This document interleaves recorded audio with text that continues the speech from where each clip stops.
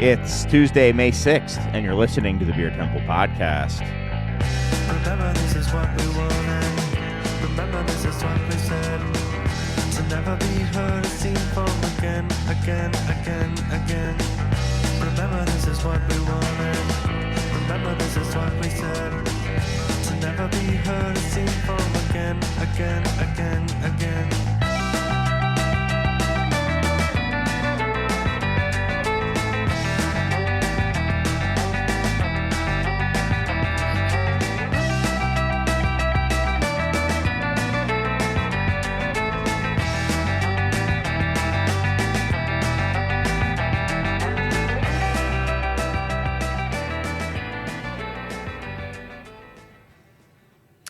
Never had any doubt that I'd nail that one. Hello, welcome to the Beer Temple Podcast. I am your sole host today. Chris Quinn, Mike Shallow is off gallivanting in Dublin, Ireland, drinking creamy pints of Guinness atop the Guinness brewery pub. What do they call it? The Sky Pub or something like that. So it's just me, but fear not, because I have a full roundtable, old-fashioned roundtable show ready to go with some old school guests. I think all the guests we've had date back all the way to Studio B, man, at the CoPro, and we're gonna just get right into it with the introductions. One thing that hasn't changed since we've been there is we introduce people in order of seniority, and not even a question here, Mr. EdMar. You're kidding me. I still got seniority? After all these years, you still have the seniority. What's up, dude? It's good to see you. It's great to see you guys. I'm so delighted I could make it here. I could have been here months earlier, I guess. I forgot about the fact that Tuesday night is the night for hot podcasts. That's right. So thanks for having me. Appreciate it. What's new with you? Oh, gosh. What's been radicalizing you lately? Oh, gosh. We you know what? We don't want to go there. Yeah, you're right. It'll all seep out, I'm sure, later in this conversation. But, I'm just working, running around, doing stuff. I'm really excited. Had a great victory today. Got some special permits for Maria's for some events. Oh, you're back at it? Yeah, Nice. just so we're doing some temporary stuff. And then just enjoying learning how to eat one good meal after I eat another bad meal. That's What does that new. mean? What does that mean? I eat a burger, then maybe the next time you have a salad. Or I start out with fruit and I yogurt. thought you meant immediately afterwards. No, in general, okay. I'm learning how to eat like a human, like a real human, as opposed to like a 20-year-old guy who eats at fast food every day. This is what I do. I wake up, I'll have a cup of coffee. Oh, yeah. And then cut to 7 p.m. Mm-hmm. That's the only thing I've had. And then I'll eat dinner. And then at around midnight, I'll eat probably 2,000 calories worth of anything I can get my hands on. Whatever's there. And then immediately go to sleep. Yeah, food coma. Is that good? I used to do a lot of that, too. I would have one big meal. Mm-hmm. And then, I only had one meal. It's 1:30 or 2 in the morning. Right. Going to finish off the leftovers, make a ham sandwich, eat everything possible. Because, Chris, I still play video games every night. Ooh. It's very important. What are you playing? It's part of my therapy, part of my way of not thinking. Mm-hmm. Exactly, a lot of escapism. I'm currently in a surreal Belle Epoque French world designed by French gamers called Expedition 33. It is a role-playing game. Okay. And it's incredible. It's a little monotonous now. But the story, the surreality of it all is unique. What character did you create? Many characters. Oh. Many French people. Many hot French avatars. French. All of them, except for the weird Nevron character who joined our party at one point midway through the game, who's like a beast of sorts. Okay. And, of course, there's the beautiful, puffy, flying super creature who's in our party. Oh, good. Helps us travel this surreal landscape. But, I wanted to mention something right off the bat, Chris. The reason why I'm here today is because yesterday I'm walking through Mars Tap Room, and a guy goes up to me, "Are you EdMar?" And I'm like, "Yeah. I could recognize your voice from the Beer Temple podcast." Nice. I'm like, "Are you kidding me?" Nice. He's like, "No, we're here. We're traveling. We came from Vegas. My son-in-law's coming here from wherever, and we're all meeting here. We do baseball and breweries." I'm like, "That's incredible. That's cool. His name is Bill. Hi, Bill. Thank you for reminding me to text Chris." And I'm like, "Bill, this is great that you're here because Chris said, Ed, are you going to be on the show?" And then I forgot to pick dates. Correct. So let's blame Bill for why I'm here. Well, thank you, Bill. It's all your fault. We've got one confirmed listener. So Yeah. Bill, super fan. I believe the next most senior member is a little trickier, but I think it's you, Kate. I think you're numero dos. How are you, Miss Kate Bernot? I think you're. Oh wait, did I? Maybe you should turn around, Chris. I should probably unmute you. Would that help? Yeah, it would. That would help. Yes. hey, This is exciting. This is like earning elite status on an airline. Yeah. Exactly. Getting to introduce myself Spirit. not last. Spirit. Very exciting. Yeah. Yeah, it's a real Frontier airline situation. Hello. It's great to be here. Yeah. It's been a minute. Yeah. How have you been? I've been good. I'm, freshly back from Craft Brewers Conference, which I know Yes. we're going to talk about. So that's great. Fresh in my mind.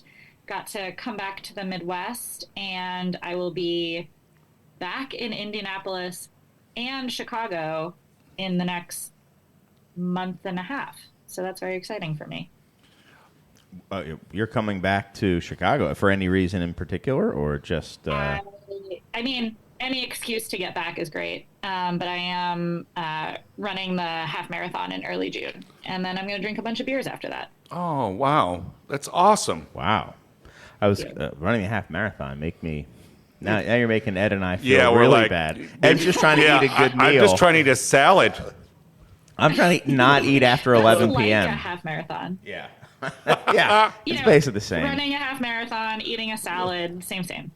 Same to me. I'm likely to not do either. So we'll see. well- I mean, maybe eat a salad. We'll You see. look good, Chris. You're fine. You're Thanks. dissolving it all. Thanks. You're metabolizing everything you're eating after 11 p.m. Yeah. You're svelte and handsome as It's ever. true.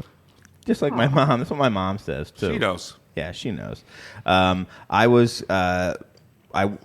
was going on your Instagram today, Kate. I was like, oh, let me Yes. see what Kate's been like posting about. And I should have thought, just like my own Instagram, I have nothing work related. Just beer. but You will yours not is find all beer on there. beautiful photos of, I presume, Montana. But Yes.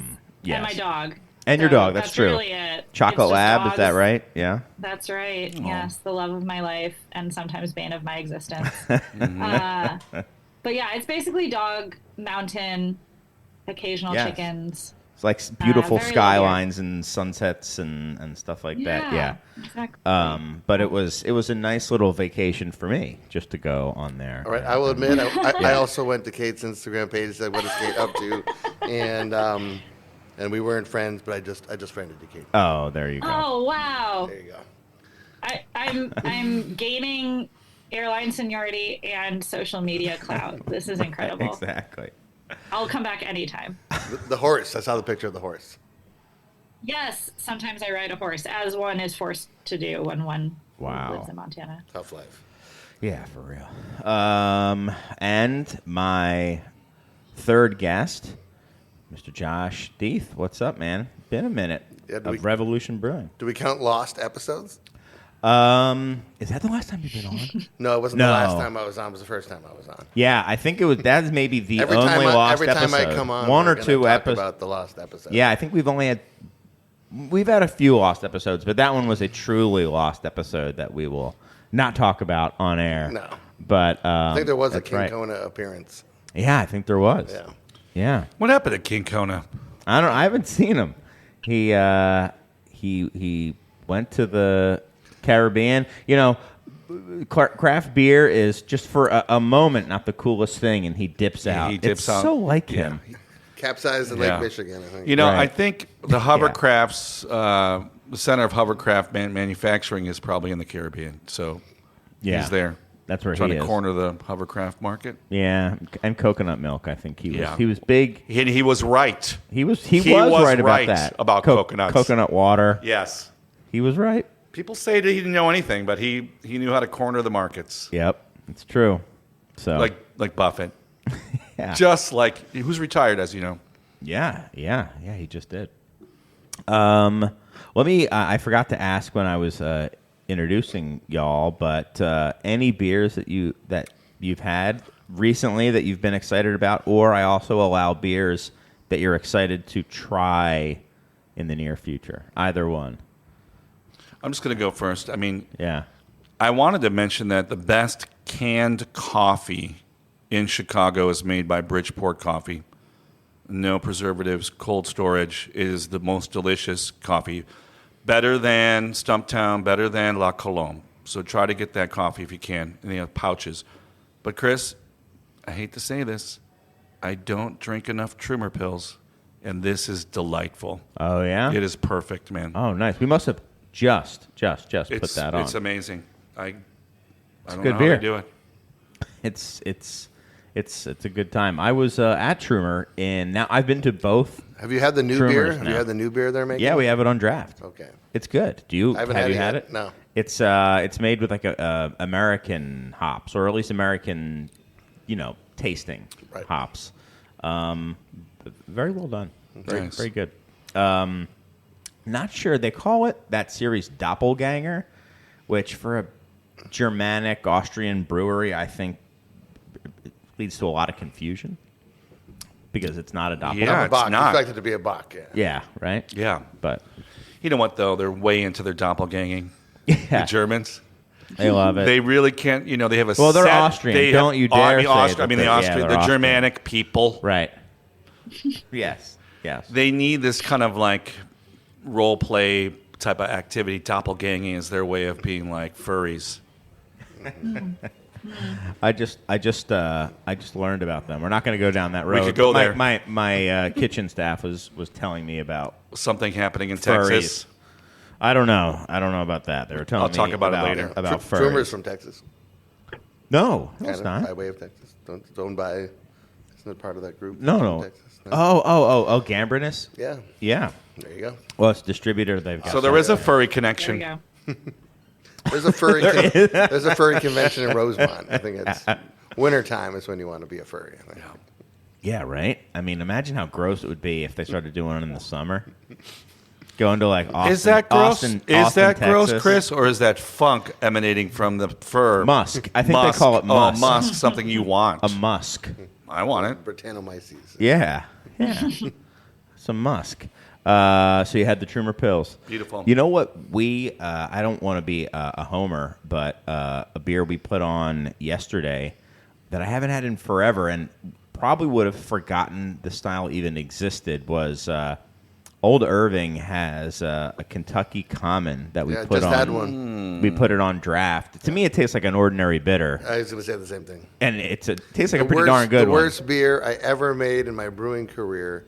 That was we called it Chicago Common. It was at Goose Island in the year of 100 beers, and we mashed in. We had never made a sour kettle sour at that point in time, and so Matt Brannon, the old brewery, decided he was going to make this beer.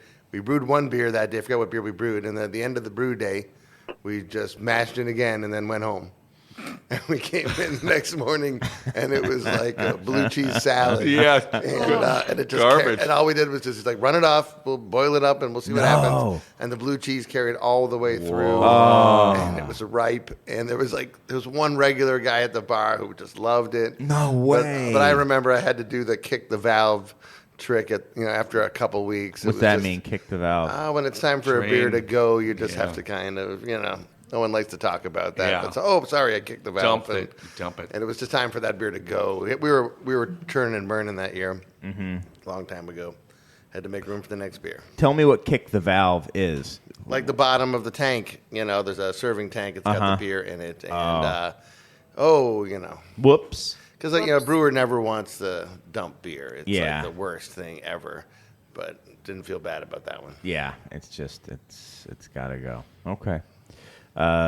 Josh, Kate, anything that you've had lately that you've enjoyed or that you're looking forward to having in the near future? I was at CBC too, and we'll talk about that later.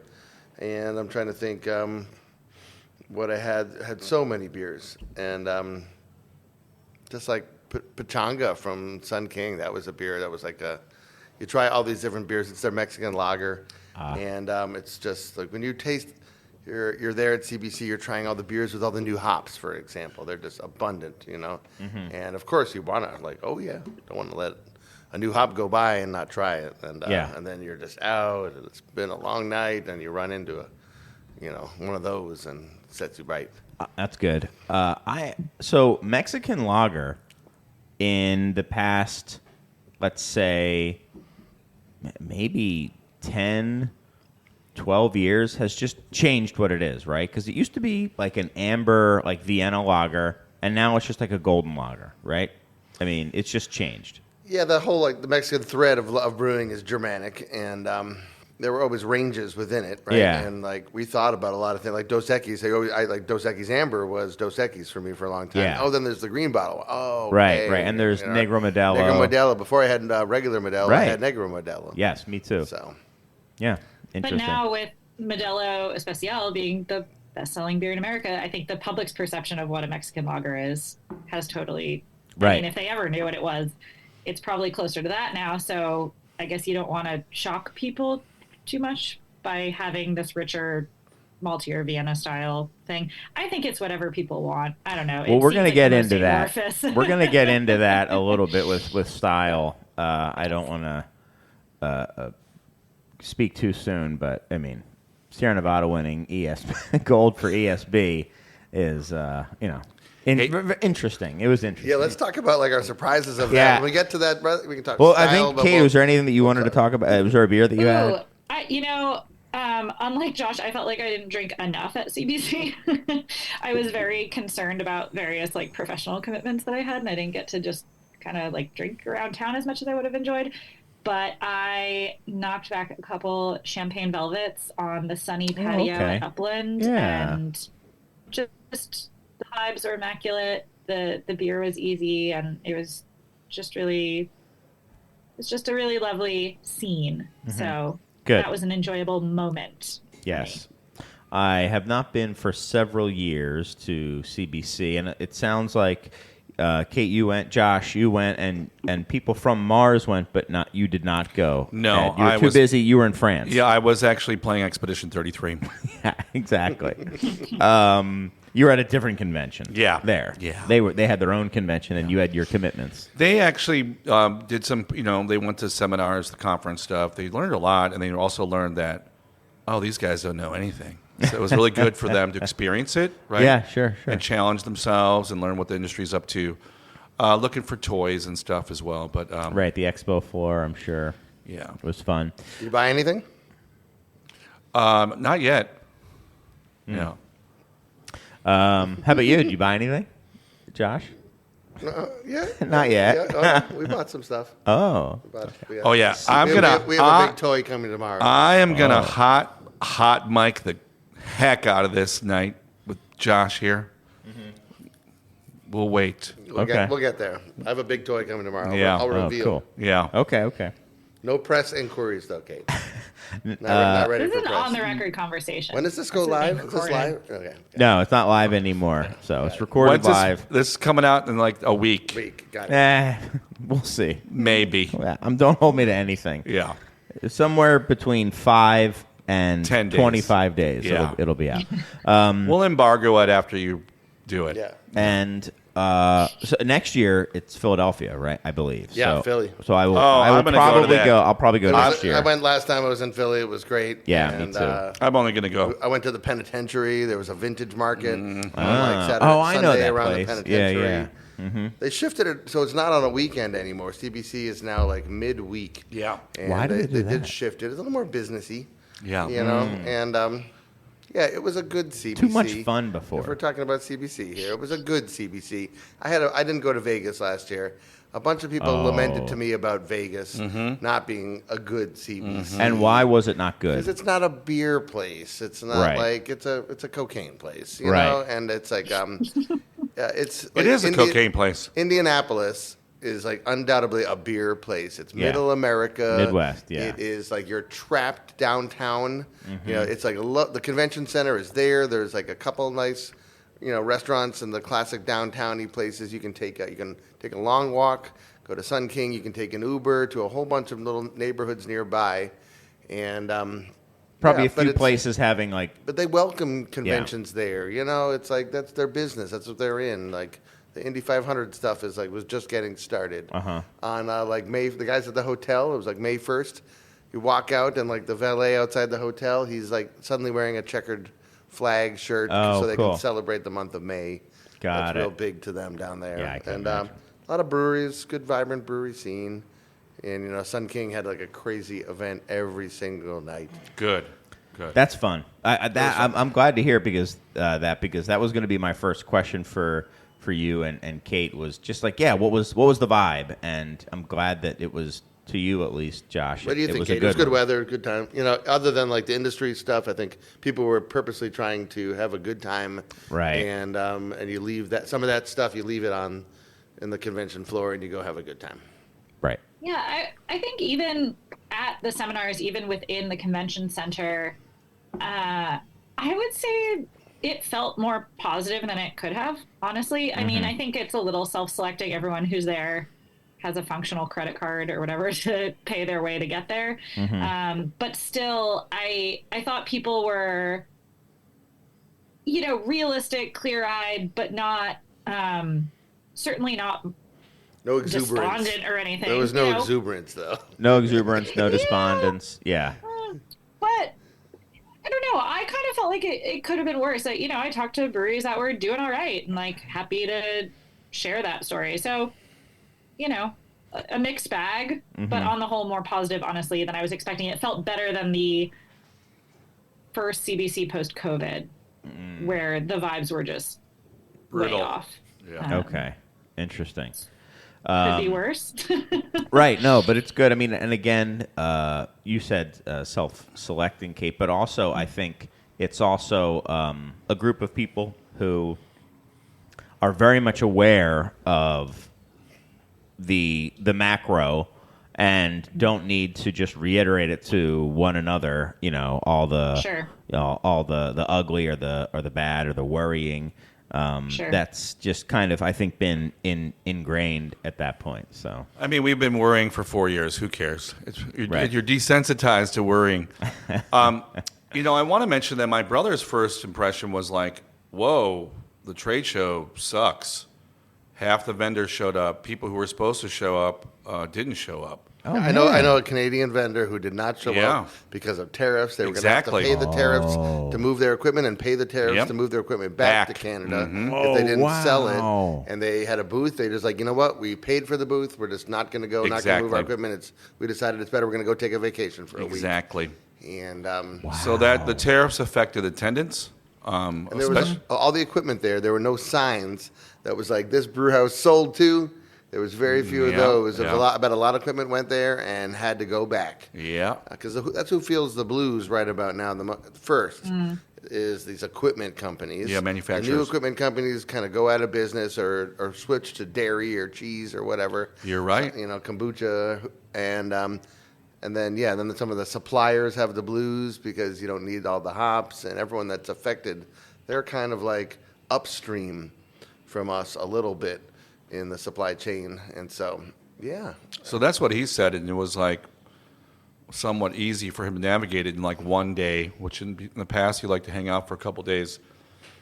Otherwise, it seemed like the conference was great. People enjoyed the panels that they went to. The brewers, one of our brewers went and enjoyed it. And then I heard Sun King, like you said, was throwing some great parties, and it was interesting to hear that they're doing drugs now too. Yeah, we had some of those. Yeah, it's exciting. So it's kind of cool. It's in Indiana's Wild West, like in Illinois. Self-distro. Exactly. Delta 9. Yeah. The big Reyes is down there. We're with Reyes down there, and they're not selling it. and a few breweries. I think Flora. Yeah, the Reyes is big not selling, D9 are brand down they? there. When are they going to sell? They're going to sell once they change that law. That Maybe. law. That law. I don't think so. Or Maybe make a 50 law. 50 laws. Make a law. Yeah. Yeah, it's interesting, but yeah, Sun King, big parties, and yeah, they're out there. The Delta 9s are out there in Indiana. It was a Delta 8 state, and it's converted into like Delta 9. Even Sun King did Delta 8 originally. Yeah. I saw one poster from someone else that still had like Delta 8 graphics, but really it's Delta 9. Yeah. And, It's like, change the graphics, bro. Yeah, just take an Consumers don't know eraser. the difference. Yeah. Anyway. but it's like, it's Indianapolis. It was nice. Oh, for sure. know? Yeah. Nice. They got great Like, food. Midwest, nice. Ooh, Yeah. I did have a great dinner at Oh, where? Bluebeard. Where did you have it? Phenomenal. At Bluebeard.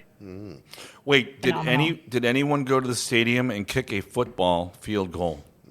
I did not. Why? Missed that Why one. did you ask Checking. that question? That was the welcome reception you could go to, the Lucas Oil, Oh, and pretend you're Adam Vinatieri, I guess, and Oh. get a field goal. Wouldn't that? I would love to have done that. Like killed myself. Trying injure to kick, yourself? Injure myself. Good memory from Indianapolis. Yeah.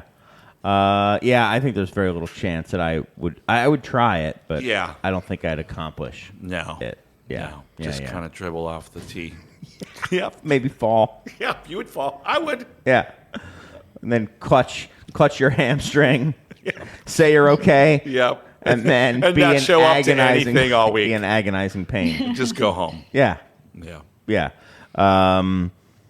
So what was the were there any kind of like through lines in the kind of side conversations that people were talking about? Or is there anything I would imagine that THC would have been kind of what people were talking about, but I don't know. I just remember in years past there seemed to be Bart talked some about years. it. Maybe was this the first year that Bart really talked about it? Maybe. Yeah, Bart seemed to talk about it quite a bit. And then there was a media breakfast with Bart, which is the first year they've done that. And that was really enjoyable. And he got a lot of questions about it as well from members of the media. So that seemed like a big And there were a topic. couple What sessions. is- I went to one of the sessions, and it was very well attended. Did you ask any questions, Kate, to Bart? Of Bart, yes. Of I asked Bart, him about, yes. What'd you of ask Bart, him? I asked him about another through line that seemed to come up was, this whole, and I'm glad the industry seems to be understanding the nuance of this kind of topic more than we were a couple of years ago. But the whole like Gen Z doesn't drink. Yeah, thing yeah. Seems to be. We're understanding that that's not true and that there's nuance to that conversation. And that was something that I think Bart and the new new Bart, new BA economist Matt Gasiok tried to dispel with data and things. And that was another topic of that was a question that I asked, a topic I asked Bart about during the media Q&A. I asked him where he thought the origin of the sort of Gen Z sobriety thing, if there was sort of a moment he could point to that where that kind of storyline came from.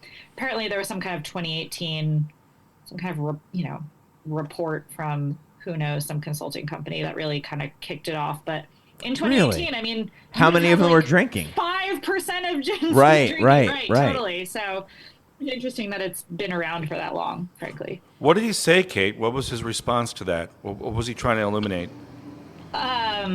So, yeah, it seems like there were reports as far back as 2018 from various like market research or consulting companies saying that Gen Z wasn't reporting drinking as much. But again, in 2018, you would have had like 20% of Gen Z could drink. So that's kind of a legally kind of a silly question on face. But, Bart pointed to a lot of data that shows that especially a new report from Rabobank that's really excellent that I would urge people to read if they haven't read it. The Rabobank report really spells out that Gen Z is actually spending the same proportion of their income on alcohol as millennials and as even outpacing Gen X. However, they just make a lot less money. Don't have any income. Yeah, there you go. They don't have as much money to spend, but it's the same percentage. Interesting. And so many of them are still not 21. Yeah. And rates of underage drinking have been going down for decades. So they're just kind of like, they're starting to drink later. They don't have any money. They're like, just, they're getting their feet wet. Give them some time. Yeah, Chill out. He's like, I love Bart, and he's like Mr. Context. He was able Totally. to take his talk this year was way less actual stats and graphs. Because like when you don't have a lot of good stats and graphs, you tend to not show a lot of stats and graphs. And but he was like king context, and he's really, really good at that and setting it in place. And he came up with this grand formula of, like how much, what percentage of people are drinking craft beer, how much are they drinking, and then what a percentage of all the occasions that we could drink something does craft beer get? The occasion question. Yeah. Okay. And his big thing was that's what's way down is these occasions. Kate, I'm just going to say it, and I'll be critical of Bart. Bart's like way smarter than any of us here on the data. Is like I think he's a little bit in denial about that first one and the Gen one. Z. Like You think they all are drinking less? I do think they're drinking less. I'm a parent to two of them, and it came up at the dinner table, and I didn't say it. My daughter said it, and Said what? Oh, hey, Dad, it's great that you're getting into the weed waters because Gen Z doesn't drink so much. Okay? And she said it, not me. And, I think the data is early, that we're getting a little premature. We don't have great data sometimes. And so it's okay. It's natural to be a little bit in denial mode. But I see it happening. I think it's real. And even if it's, like you said, underage drinking has been coming down. I did some underage drinking, like the keg There party. aren't as many miscreants outside the 7-Eleven to ask to buy your Exactly. beer. Oh my God, I spent That's so many basically hours it. of my life doing that. That's basically it. Or even like the college keg party. Yeah. I would I went back to my old stomping grounds, and they don't even sell kegs at that liquor store No. anymore. No one buys kegs. What? They don't have keg They don't parties. have keg parties. Like they used to, and it was like one of my best memories is all those, and I knew how to tap the keg. Everybody's and, putting You're the cool guy. You know, tap the keg. Yeah. Right. Everyone's just hiding like White Claws in drawers to do the old Zima thing Well, or I whatever. know there was a big push on college campuses to target underage drinking, and it started, I think, when I was in college. It was ago, just starting. Yeah. And I think it was one of the Johnsons, SC Johnson or whatever, was behind it. And I know that one of the early ways they were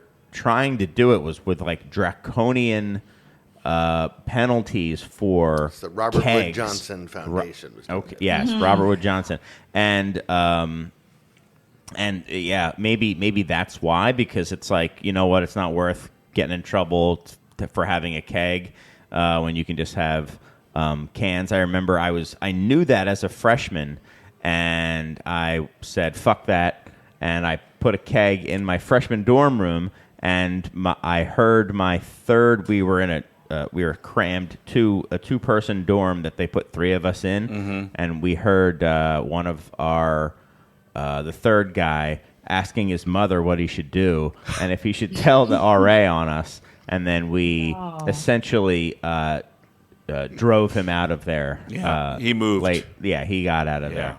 That's a story for another time, how we got him to do that. Well, I'm excited to hear about this college drinking stuff, but what's more exciting to me right now there's more is that exciting things. Josh said that he's going to get into the drug business.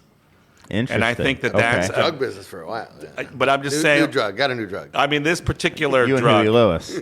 this is exciting. I'm glad that you're getting involved, Josh. But I'm glad. Let me tell you, I was down at CBC, bumped into the Hopewell guys. Yeah. And they said the same damn thing. That they're happy you're getting involved. We're getting Yeah. involved. And I Yeah. was just like, oh. The more the merrier. Like, the more it helps It was us heartfelt. regulate It was it. heartfelt, too. No. We talked about the biz, Yeah. how it's going for them. And, like, boy, are you and them are the leaders. Yeah. And, boy, how successful you've been doing this. How important it's been for, I'm sure, both of your breweries. That was the thing when you talk about, at the sessions about the Delta 9, is that this is helping, especially from Minnesota, this is helping Saved save a million breweries in Minnesota. And maybe that's a model that can be applied elsewhere where you're looking for what is it. And it's not going to work for everybody. It's not going to be legal in every state. It's not. But yeah.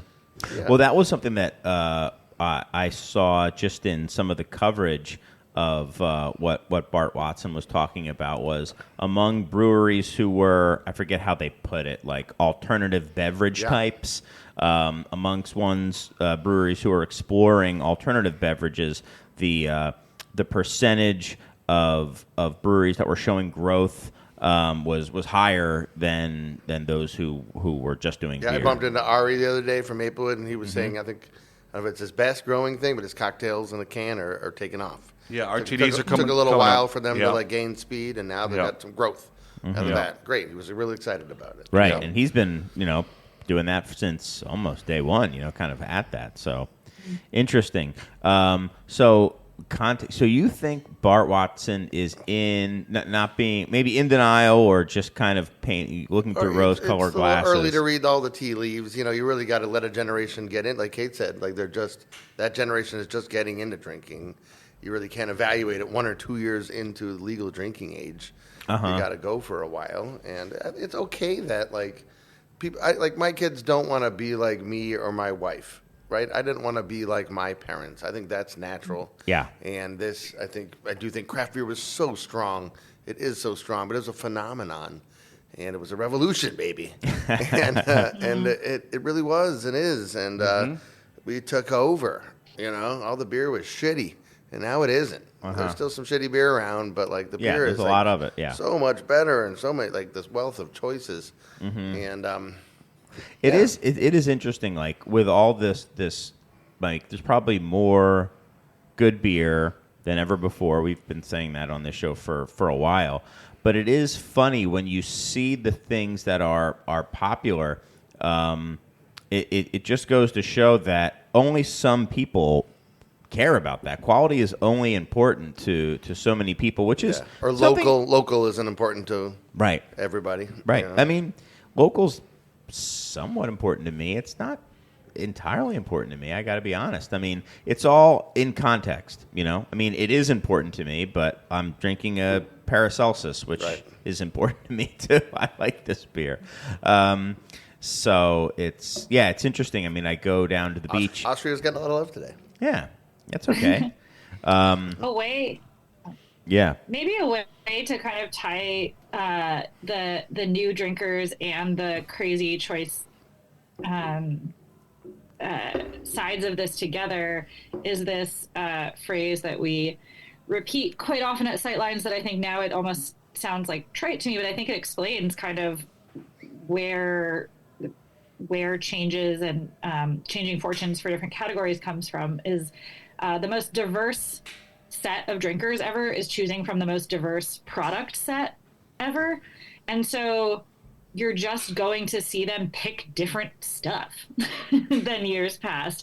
They have more options and they have very different palates and preferences. And so even if they were consuming the exact same amount of ethanol per capita, all the category fortunes would get shuffled around.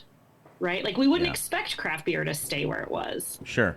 In those circumstances. I guess when I was a kid, there was Zima. There was crappy, really crappy, fermented zucchini, almost off-brand beer.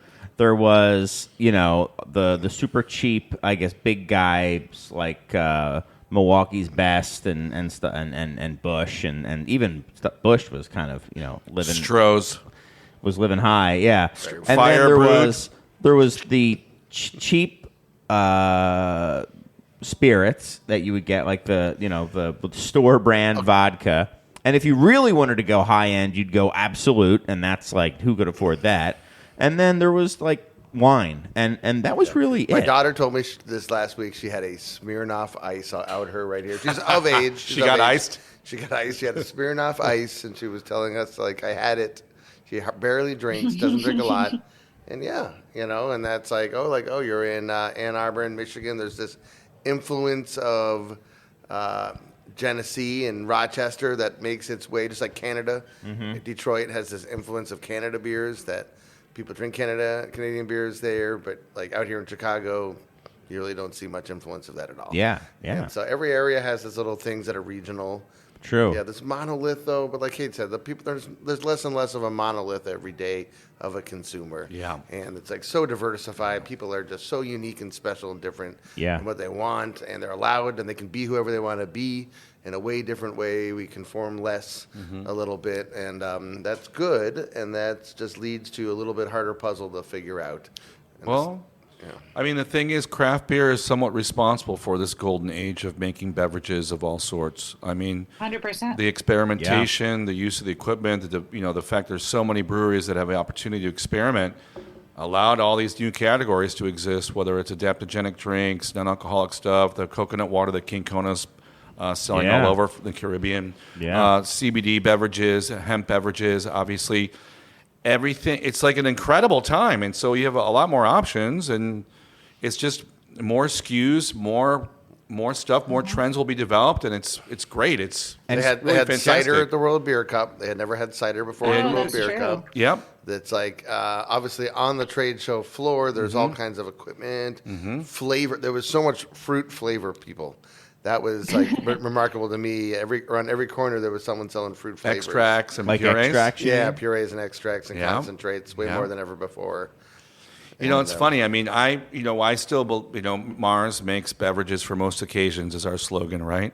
We're applying for our wine and cider license right now because we also want to make cider and wine because we see that because we're so small, we have to have a multi, market approach in terms of making our ready-to-go cocktails, our CBD drinks, our whatever. I make yerba mate that's a non-alcoholic beverage, and et cetera. Cool. I make a Korean barley tea drink for my peeps, and of course we make sports drinks now. So we love making all these types of beverages because we can, and we Gotta get to mess your around. Gym fix in. Yeah, you know what I mean? I mean, look at me. You know what, Kate? When you're here, I'm going to give you a runner's high beverage after your heck yeah. after your half marathon. Okay? How strong Yeah, is the runner's that sounds high? fantastic. It's a 10 milligram THC, 10 milligram CBD drink, and 16-ounce I know can. some people who love to run high. It's not me, but I'll Yeah. wait till after the race. But I know some people who are like, yeah, give me that vape and then let me get out Isn't there. that crazy?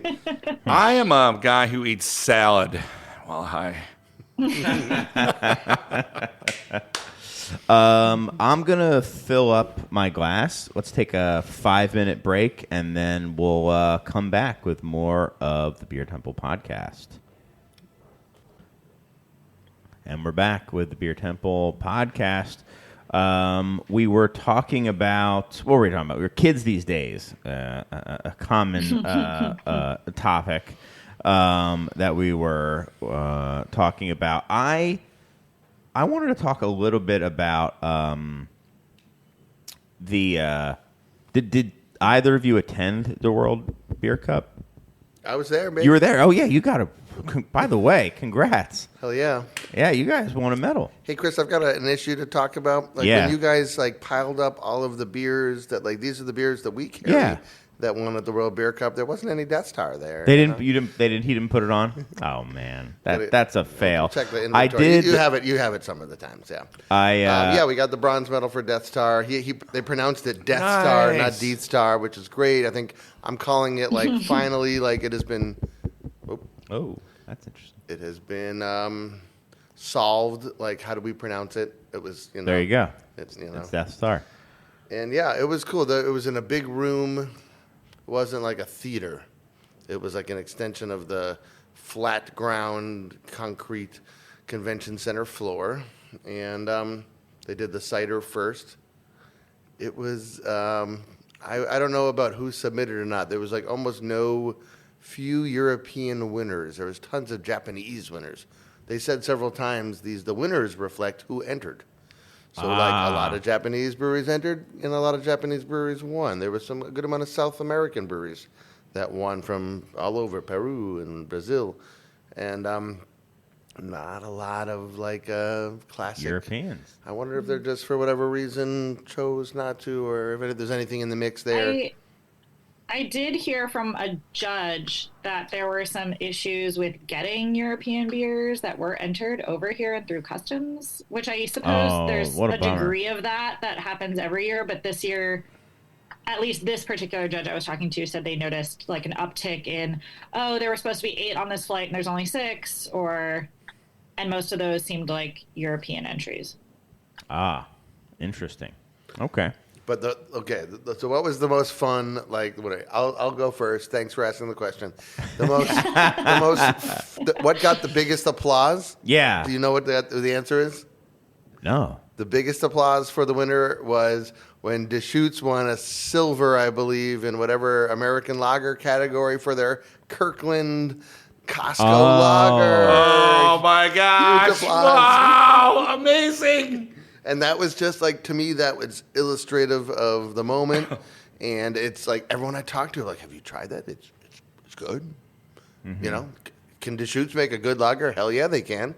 And guess what? They inked the deal. They made it happen. And it won a blind taste test medal. That's like this is the defining standard of That quality. is so sick. So obviously, then there's like the couple classics, that you want to bring up. Sierra won in ESB. I was sitting right behind me was Dustin from Firestone.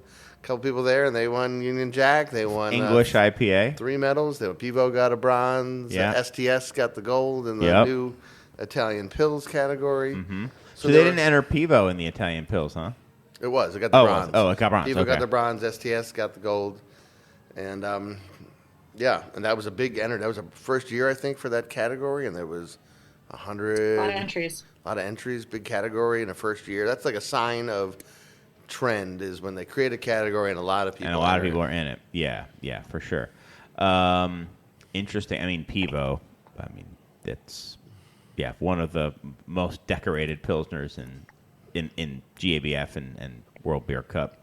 For sure. New Glarus won a gold and a silver in barrel-aged fruit beer, I think. Oh, always.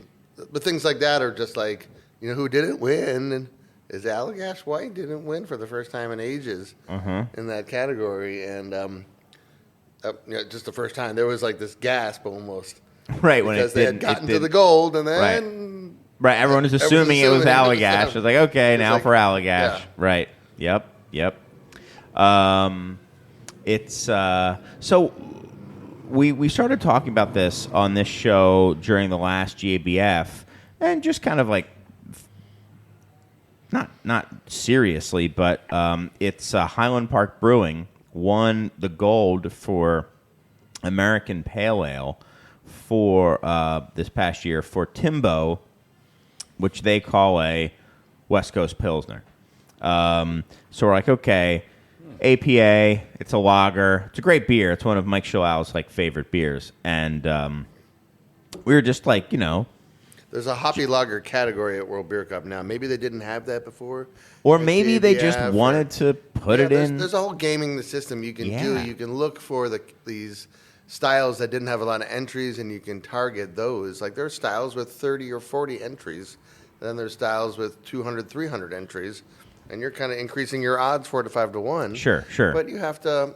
It used to be about. I remember when we first won for Cross of Gold, we put the medal on the bomber. Mm-hmm. I was like, we're gonna put it on there. Yeah. I remember Great Lakes and Dortmunder. And Dortmunder Gold. Seeing, if I saw the medal, I was gonna buy that. It's like the Wine Spectator Award Shelf Talker, and I think those days are over, though. Those days are long over. Yeah. Well. There's a select group of us for whom those things still matter. I ordered. I was at Metazoa Brewing in Indianapolis, and I ordered all the beers that had won at GABF for World Beer Cup. But I am. We are not the. They did not win this year, but they're one of the most award winners. Yeah, and they're from there. Sure.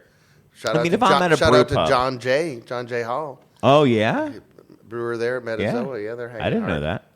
I know that they've won a ton of medals there, but if I'm at a brew pub and it says that they've won a medal, you want to. John Jay, who I think may have come up with the 312 recipe. Oh, okay. Interesting. I've heard of that beer.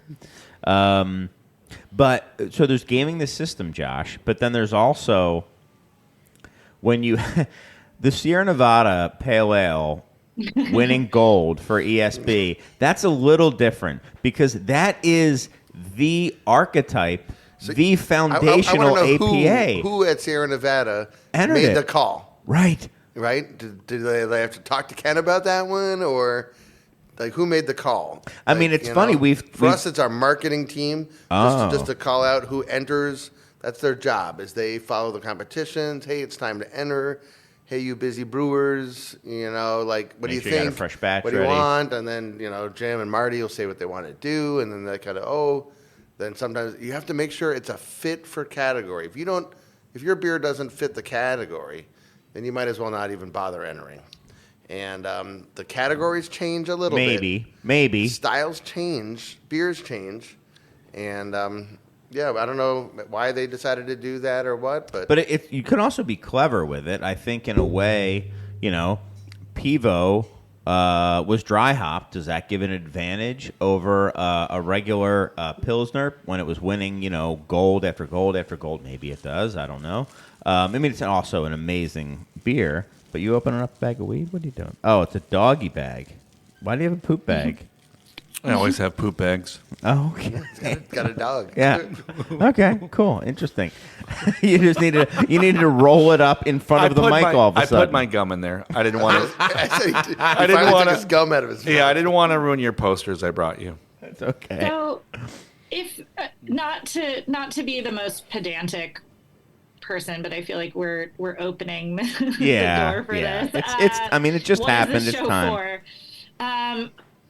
Does it matter that the ESB category within JBF has an American style sub? Yes. Category? Right? Like, what does that mean? There's what is so that? many weird. I If thought you it was start going into that, ESB there's so is many draft, weird. pale ale is Style. bottle. So that was like they're the same beer, but one is draft, one is bottle. Maybe what they're trying to do is save ESB Right. by entering good beers into Yeah. it. Right. Red Hook isn't entering anymore, probably. And Right. It's like, what is the archetype of American ESB anymore? What is an American like, ESB? I know you have one or two on tap, but that's Right. pretty damn rare. There's also American Oktober Märzen, and then there was German Oktoberfest Märzen. Yeah. Just Whatever. you're We can. using American hops, I and we're not going to guess. ding you for it. I don't know. I don't. You know, who knows? maybe it's the hop industry try to create new categories so they could differentiate those beers from the European ones. They also went every year. The World Beer Cup is now every year. It used to be every 2 years, and it's like Used to be, yeah. more opportunity to win. Right. No, but we got to get back to the Sierra Nevada Pale Ale one. I mean, that is the one Totally that bizarre. if you look at APA, it at least used to be like it was written up to Sierra Nevada Yeah. Pale Ale, and now Yeah. they're just entering it as As an ESB. ESB. I Yeah. guess it's because an APA is something different now. I've never done the probably. beer judging, but I think Kate, have you ever beer judged? Yeah, I do BJCP, or I'm BJCP. Do they like give Certified you? ID Do they beer like judging. crack? Hey, this is. But let's tune your palate first. This is like the progenitor of the style. Have this, and this is. We got a really fresh, best one we could get. Maybe they don't tell you what it is, but this is what it is that you're looking for. Okay, now judge. Right. I don't think they do. Well, I think you're supposed to know that. Yeah, that was like when I was studying for the exam, but you'll usually do a calibration beer with the other judges just to make sure you're on the same page, and it's usually like a Coors Light or something, but a Sam Smith's Nut Brown or like something very like seminal, but that's just to make sure that you're not seated across from like a total psycho who has a cold and decided to show up that day anyway or whatever. No, there's not like a baseline. There's not like a baseline that they give you. did You're say just supposed to did, have that in your head, Like I guess. half the judging was in Colorado, and then half was in Indianapolis. I don't know if That's that's interesting. always how it is, or Right. but they mentioned that. That's So- strange. The logistics of all those beers, the intake of all those beers Yeah. and all that, there was a lot of recognition of the volunteers that did a good job with that this year, with better depth than they had done before, better appreciation, lots of applause. They talked Oh, about that's the great. international, they talked about the points internationally where people can, the hubs that people can get their beer to. They're working out these logistics. They did acknowledge that they knew it was an issue. So, I mean, I think with Sierra Nevada. I mean, I didn't go through all of them, but the two that jumped out to me, and also what many would consider to be one of the seminal West Coast IPAs in Union Jack, which has even become lighter and less English-like. Less winning for English IPA. It's now just like I think now it's just gaming it. It's like okay, But they have the lineage there going for the English. Well, sure. The name of it is Union Jack, I suppose. But it's just it's interesting how Sierra Nevada certainly has not changed. So the style guidelines have changed around Sierra Nevada. Sierra Nevada has not changed. Union Jack has changed. It's changed away from English IPA, but it is just interesting to me. I'm not. It sounds like I'm hating, and I'm not. It's just to me interesting. Like what are these? What's the point of the guidelines? Give awards. I'm down. Like all those beers, I'm sure are great. But what's the point of the guidelines anymore if the American Pale Ale is entering as an ESB? Yeah, it would have been funny if they did that without letting people know it was right the Pale Ale and like surprise, surprise exactly. But no, they entered it and people knew it. Color. So every year they publish the guidelines. They publish bitterness, color, alcohol, a few other notes. And color is one of these things. Like we're the home of Daisy Cutter here. Yeah. Right? I would think. A modern a more modern I could APA. see Daisy Cutter like being, I would hope maybe the guidelines have become morphed towards Daisy to allow the pale color of Daisy to be included in Pale Ale. And maybe that excluded a Sierra. And they felt like color-wise, we're still that little bit of, little reddishness. And we're going to move over and get out of Dodge and go to where we're welcome. And so you have to follow along. Yeah. We had beers like Eugene was just like not an imperial porter, not a brown porter. And it was always like ABV-wise too high for brown porter, not quite imperial enough for imperial porter. And it was just, we decided to stop entering it because we just didn't feel welcome. And you get dinged by it, and you see it. You can always go sit with the nerds at the ESB table. They'll take anybody. Right. or geez, what about the bitter and mild? That's one category that gets those two. Brown and robust porter each get their own, but come on, let's be real. I think we need to have bitter and mild need to be broken out. I'm gonna stand with I'm gonna protest. I'm going to bring my wheat paste. Yeah, I think it's time. And slap it up there and say bitter and mild need to be, best. But I think I was telling someone, they're like, it won for best bitter or mild. That's like best apple or orange. They're entire. Bitter, You need to develop a new campaign here, Chris. Buttons, T-shirts, wheat pasting, posters. This is going to be my in thing, Philly. maybe. I'll do it with you. Maybe for this part of my life, the latter half of my life, it's going to be changing the rules. Changing the rules around bitter and mild. The stuff that really matters and will make a difference in It matters to a lot of people. Yeah. Lots of people are talking about this. Yeah, I know. So you're with me, right? At least 5 people. If we're lucky. In this room. If I showed, in the world. I showed my card at the bar today. Oh, yeah. You're a mild master. I am a mild master. He's a You're mild master. officially a mild master. Yeah. So for our mild madness, he filled out the card. Yeah. Well, he should have. He's a master of the mild. mild. It was a good day. He helped destroy Ambler, Pennsylvania. A beautiful holiday you're helping to inaugurate here in Chicago, actually. Yes. I'll make sure that we follow as best we can. Dude, the Japanese breweries did amazing.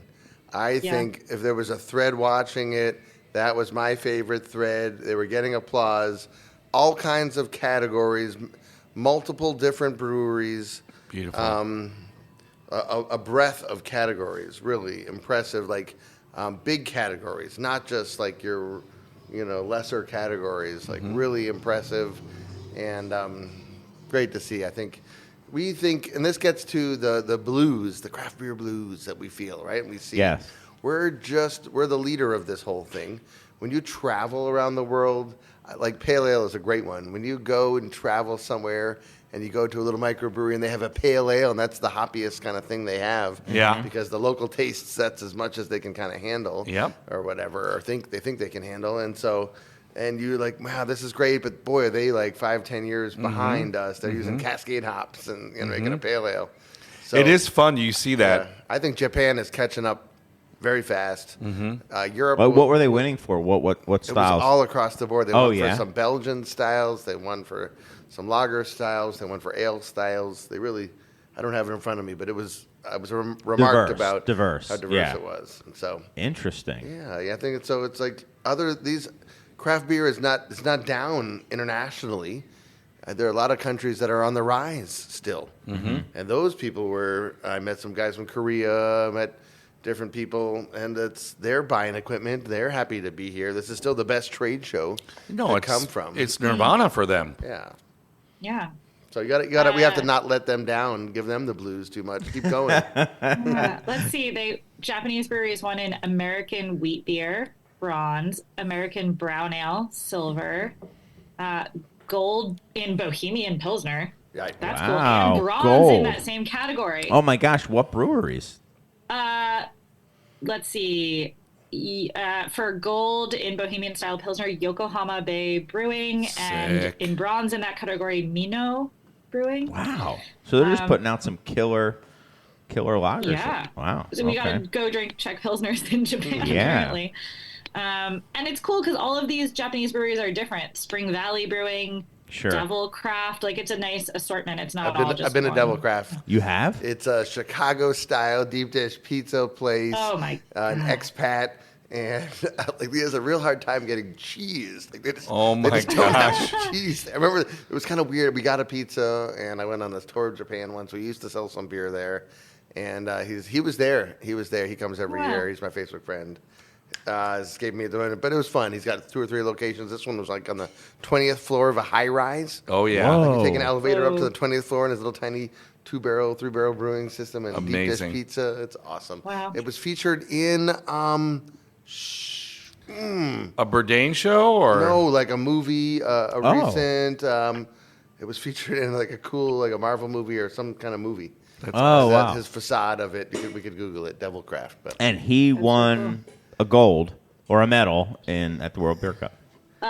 Yes, for silver in American style brown ale. there you go. Very cool. Who won the gold for that? Just out of curiosity.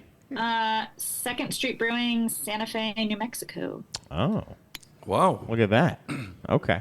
I was just curious if it was Civil Life. Yeah. They make my favorite American brown ale. Like Oregon cleaned up. Of course, they always California, do. California really Always cleaned does. up. Always does. Colorado, of course, always does. But Yeah, our friends at Re- Beechwood did an amazing job. I mean, they won a bunch of sours. They won for American IPA. So shout out to them. Any other Japanese breweries that won, Kate, that you know of? Yes. Oh, I mean, I'm just reading them off the list. Oh, I'm not. that's fine. I don't have this kind of encyclopedic. Thank See, you I for I thinking knew you were am reading it, but I was tapped trying in. to set you up. Jason Kohler is the guy from. Didn't even have to look that up. It came to Okay, me. got There it. we go. Super great guy from Devil. Yeah, let's see. A bronze from a Japanese brewery in brown porter. This is it's called Daisen G beer. Is the name of the brewery. The Gateway gold in dessert stout. Whoa, from pastry a- stout? Yeah, from a brewery called West Coast Brewing, but they're in Japan. Well, That's amazing. well, they have a West Coast too. That's true. Oh, here, this is Germain, a bronze in the English mild or bitter. Ah, there you for, go. Big Hand Brothers Brewery. It's really cool that these are all different breweries too. That is cool. That is. It isn't like one brewery who's just Yeah, dominating out there. That's cool. yeah. Very cool. I've been wanting to go out there for a beer trip, but Now you Now- can plan it. yeah, for sure. Go to all these breweries. Oh, yeah, you'll love it. Yeah. My friend Ruben Kincaid and I have dreams of retiring in Japan, maybe Kyoto, maybe I thought you wanted to retire in Amsterdam. in Kanazawa. No. No. And much like all the different vendors and shops there, you could just open up a tiny little 5-seater bar That's all you and need. serve one style of beer. They have the cutest little kegs. Yes. Oh my god, they have these like 2-gallon. Yeah. It's liters, of course, but these like 2-gallon kegs. It's really incredible. That's the future. Ruben and I singing karaoke, selling English mild or bitters. Or bitter. Yeah. Same Or thing. bitter. And What do you have? We have an English mild or a bitter. Just being there. It's the same beer. Just being there. And that's it. That's all we sell. Get out of here if you want something else. Yeah, go to the next bar. Go to the other bar. They have Go to the West Coast IPA bar. Yeah, next door. They're serving pastry stouts. Yes. That's amazing. I mean, they really are. From Czech lager to pastry stout is a pretty wide swath. And the weird thing is, like, I remember going there, remembering when Mars started with a 3-barrel system. And, I'm going to Kyoto Beer Lab, or I'm going to whatever, and they're like a 2 or 3 barrel brewing system, right? The brew, like a little brew pub. And I'm like, what is wrong with everybody? Like, didn't they learn that you don't do it this way? But everyone's happy. And they're all just doing their there, thing. yeah. They love it. Is it? There's no middle of their brewing scene. Like there's small and then there's massive. Yeah. Right. And there's very little in between. Yep. And is it like not conceited, but is it fair to say that this brewing scene that seems to be doing a diverse style of beer is pretty probably, as you said, Josh, it stems from the American craft beer scene. It isn't from the English beer or scene. Belgian inspired or European inspired. Yeah. It's all over. There were some early those English beers, the English mild or bitter, they were not going to England and drinking Harveys. It was the US early influence was craft beer scene, I Germanic. bet. Like the distill. Well, of course, the as distill everything original location has a Japanese brewing system. There were a couple of these early brewing systems that came here. Technical, they were like decoction capable Germanic type systems with a lot of measurement systems and mimic boards looking like a nuclear plant from like the 1960s kind of a thing. And I think they still have it down there at Distill, the original one, at the production place. It's a Japanese system, though? It's Japanese. I forget the name of the manufacturer of it. And so it was out there, like the Germanic influence is what really conquered the world with beer. Of course. Like when you go to Patagonia, there's like German breweries and stuff. Yeah. We talked about Mexico earlier, and it's the Germanic influence. That English influence didn't like take over the world, and it was very localized. They were almost, there's the ships and all that. We don't. Well, they would, IPA, but they would export their beer, where the Germans would make it on go there site. and teach you how to make it. Yeah. Like here in Chicago. Really? Absolutely. There were German brewers all over Chicago in the 1800s. Lager beer riots. Oh, Yeah, yes, lager yes, beer yes, riots, yes, yeah. yes, absolutely. But I do think the fact that they're making all this wide variety of styles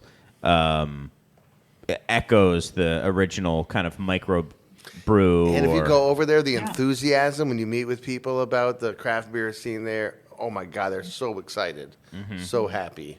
And it's just like, it's okay. Like everything is cyclical. Like we're in a little bit of a down moment, but like there's happiness and excitement in other places to be found. Just like we talked about getting into other beverages, you can travel. Maybe you can find room for export. We've exported some beer. It's kind of all shutting down right about now because of the tariffs and all that. But we found some joy in Sweden and places like that where like you'd go to Sweden and like they had brought in a bunch of our Hazy Hero or Infinity Hero. They brought in some barrel-aged beer and try to get it there in as best condition as it can for a hoppy beer. I got to go there last summer, and then you're there.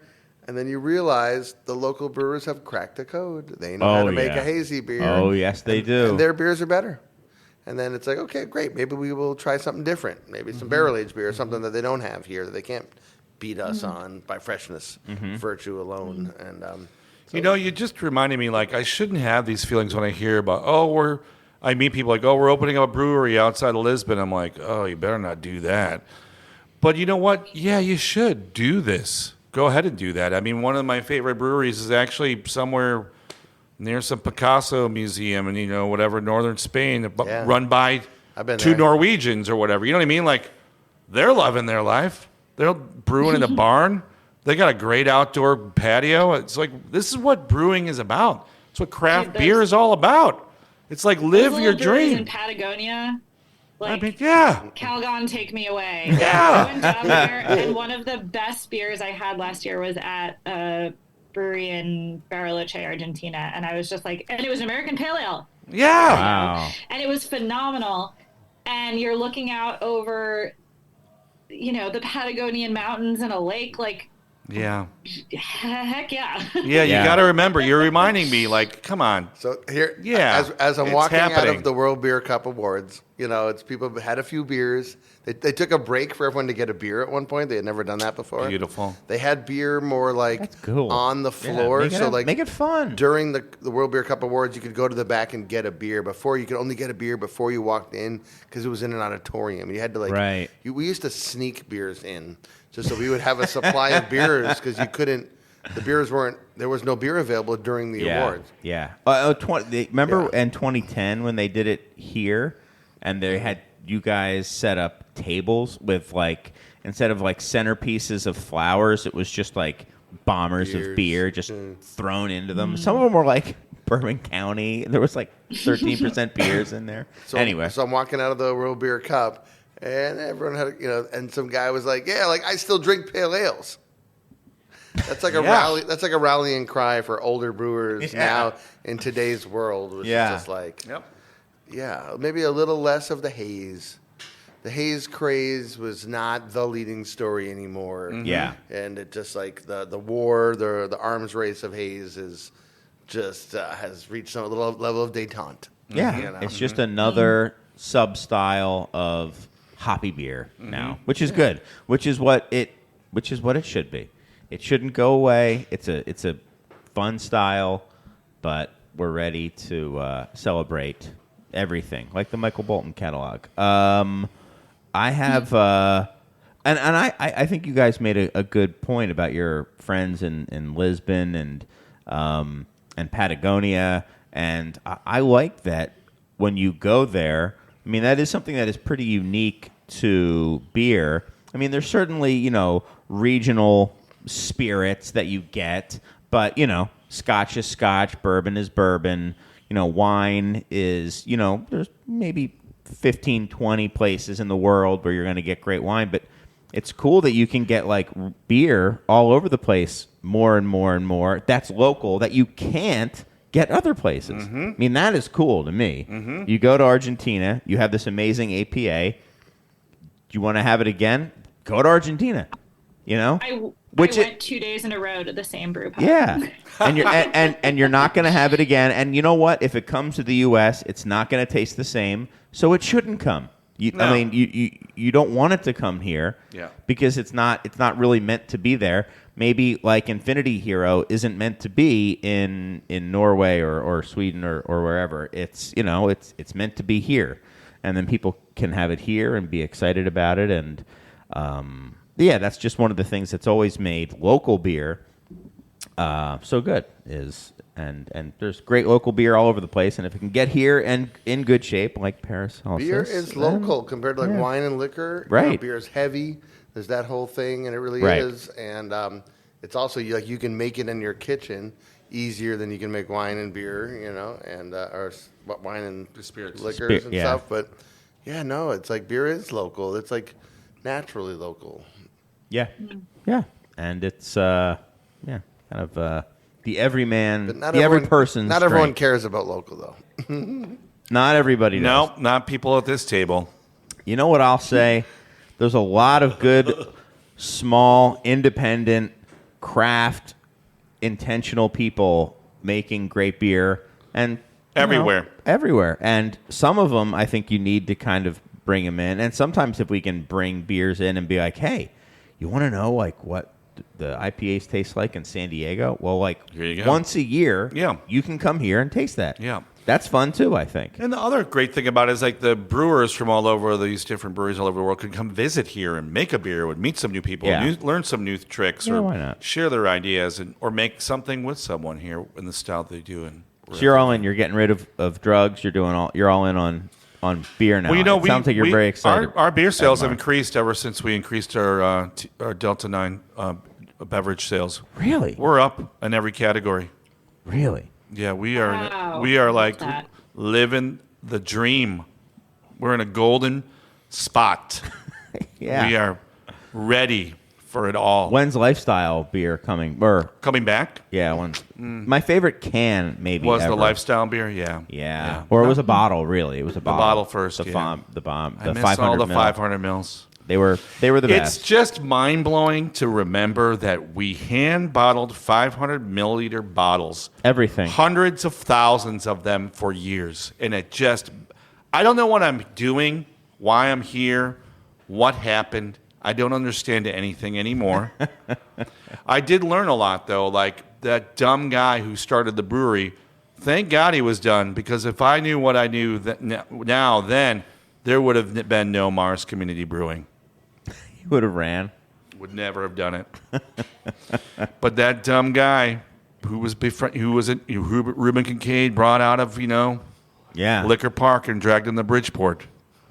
He had the time. Yeah. Well, But yeah, we're doing great in all categories. That's why I'm getting this wine and cider license. It's like we got to keep hitting every niche we can. We've been always experimenting and innovating and making all kinds of non-alcoholic beverages, alcoholic. We have spirits, etc.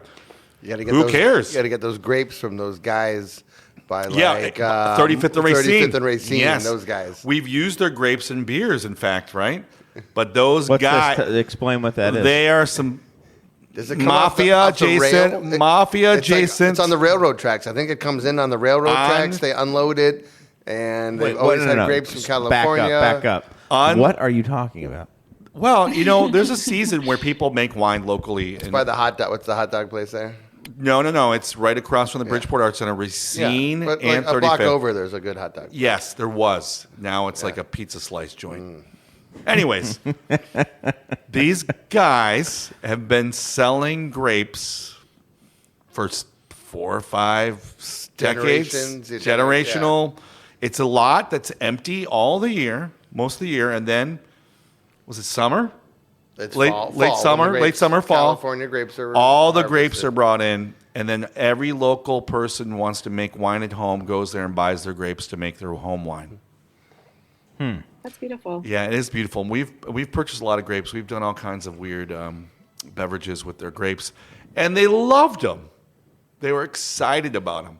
I remember we did the awesome. Mars Blanc using some, I forgot the grape varietals, but it was great. And they were like, "Oh, I've never had a sour beer before." Like it's like they, good guys. And there's always like really weird statues in the lot above. like Greek and Roman style? Or? No, like animals, like a giant Garfield thing on a Not what on I a was trailer. expecting you to say. They just sit in the trailers. There's bees everywhere in the trucks. There's a guy who comes and gives you your pounds of grapes, your boxes. But yeah.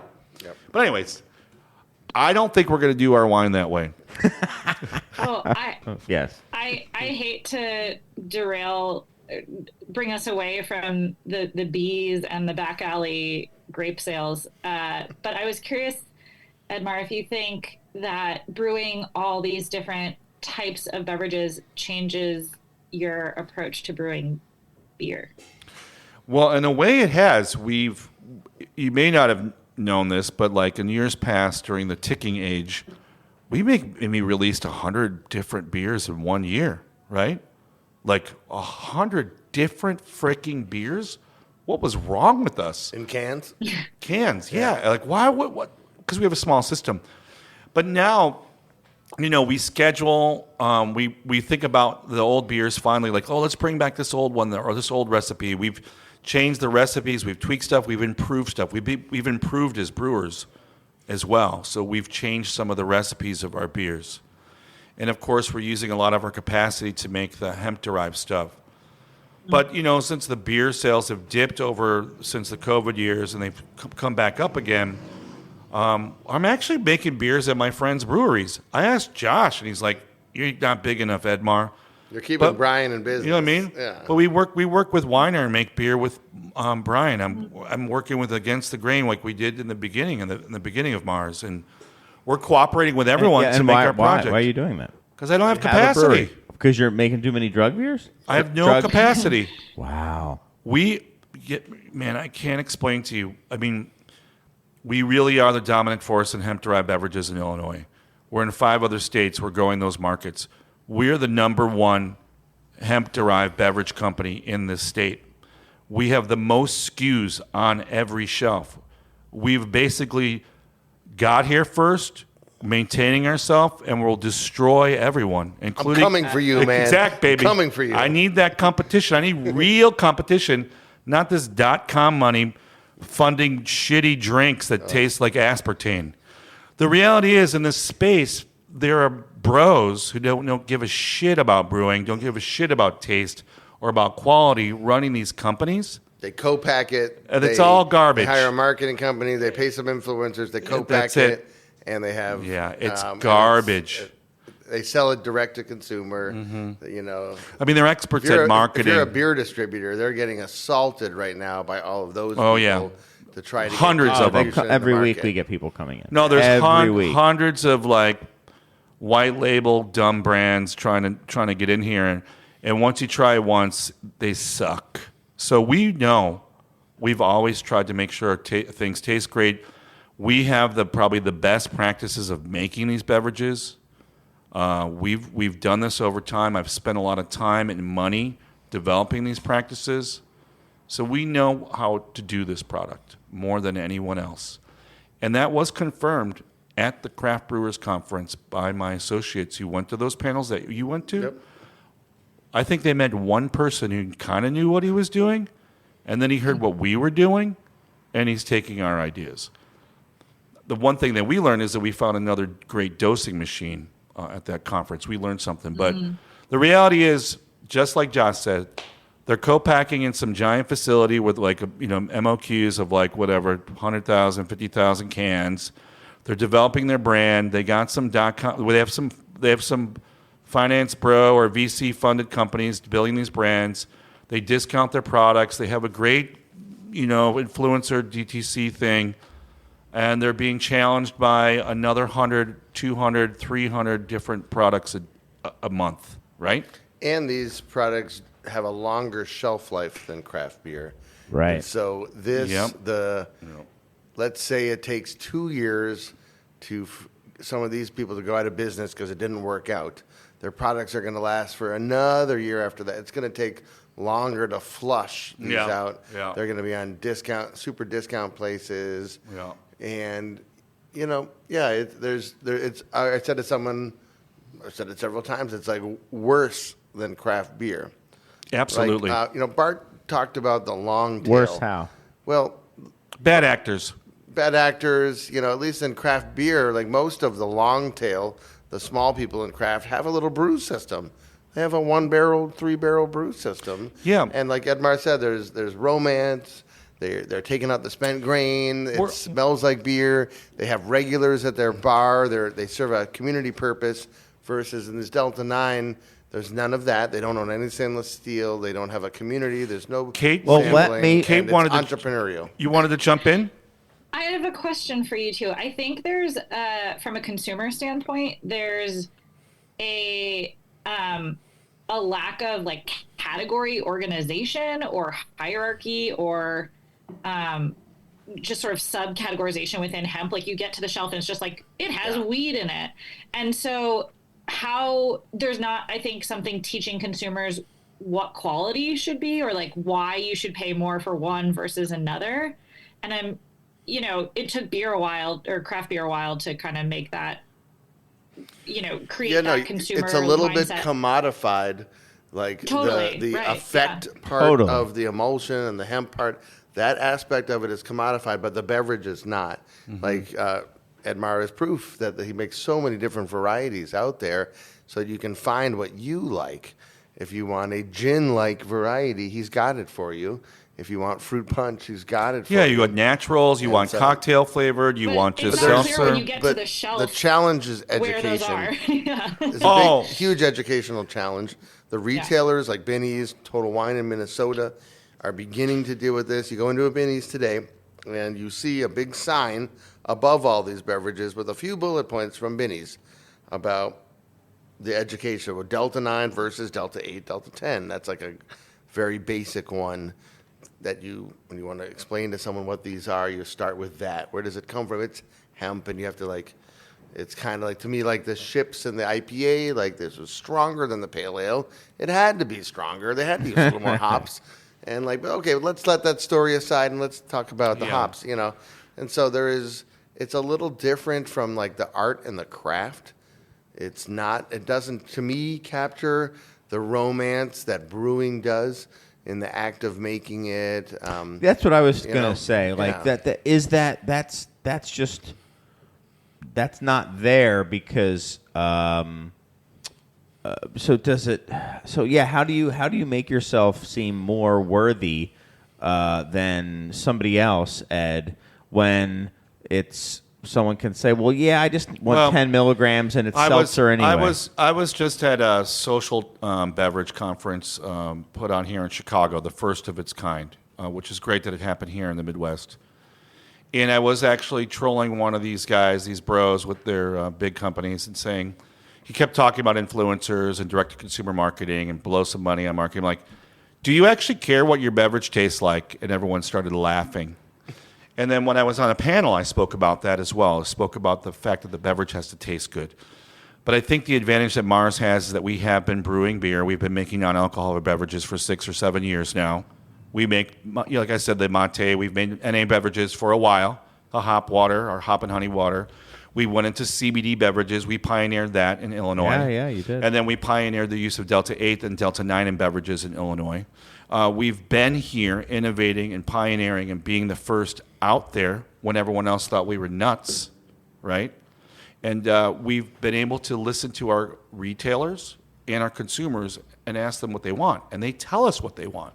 And that's why we have a beverage that's everywhere from 3 milligrams, 5 milligrams, and various, whether it's 3 THC, 3 CBD, 7 milligrams, 10 milligrams, 15 milligrams, 25 milligrams, 50 milligrams. And we're about to release a 100 milligram drink. What's the 50 milligram one? Which one's that? Chronic water. Chronic water. I mean, thank you for sending me that picture, Josh. So the thing is, I think we only go size 25. I split it with a couple people. When you want to we're also part of normalizing the consumption of cannabis and hemp in America. Yeah. Our goal is to normalize these social beverages as common as the Trumer pills I just had, right? So our part is educating the retailers, educating consumers, having the information on the can, advocating for regulation, trying to make sure that everyone's being a good actor, trying to develop the best practices for making these beverages, trying to make sure that whatever we put in the beverages has a certificate of analysis, that there isn't any garbage in them. We just got our first certificate analysis. Congratulations. I know, thanks. It's a big deal. Yeah, and it's a big deal. We passed. It was great. But like 100 years ago, beer was illegal, right? Prohibition, right? Pretty much, right? It was, in America at least. And then it became legalized again. And then we had to bring back some of these styles. We had to go around the world and find these styles. This is what's different. These hemp beverages did not exist. There isn't, there's use of cannabis over, eons, of course, but not in They may existed 500 years ago. Format. The beverage... And people haven't been drinking it either. Exactly. The beverage format, which we are beverage people, man. Everyone in the world is beverage people. And we love beverages. It's like... cannabis dries you out. You have a beverage and it's like a little bit refreshing. It's not like hydrating overall because you're still consuming cannabis, but still it's the act. It's easy. These are, for the most part, I know he's making like the 50s and he just called out he's doing 100. Anyways, we're doing 5s and 10s. The low dosage beverage is generally going to be the domain of low dosage. Absolutely. And you're going to go to the dispensary if you want to get a high dosage. Maybe I'll go to the dispensary in 6 months, and I'll bump into my friend EdMar at the dispensary, and maybe I will buy a. But you don't want to know why you'll bump into me there? Because we are actually working on the Mars Community Cannabis Company. Yeah. Where we have a brand in the licensed cannabis dispensaries as well. And the big cannabis companies, by the way, in Illinois are getting into the hemp. Yeah. Big time. That's the... Anheuser-Busch and Miller... And maybe Constellation, though some of them have it in Canada. Back up, though. They are not that. doing this tomorrow. The big cannabis companies. There's cannabis and hemp derived. And the fact that the cannabis companies who want to crush hemp are now making hemp products with the same brands is pretty big deal, right? Explain why, though. Well, they don't want to lose. It's like it's morphing a little bit, and there's like the classic is like the soccer mom. I think the wine occasion is losing the most right now, which is a relax type of occasion. The Delta 9 beverages, 5 milligram in particular, is a relaxed beverage. Absolutely. 10 milligram gets you going a little bit more, and beer is very much a relaxed thing. They're both social. You can consume alone, but you can consume socially. Even we were just talking today with my taproom manager about, like next week or a week or two, we're going to start selling these in the taproom. Oh, sick. Good work. And it's like, Yeah. and he's like, well, what do we do? This came up at the CBC, and they were like, we were waiting.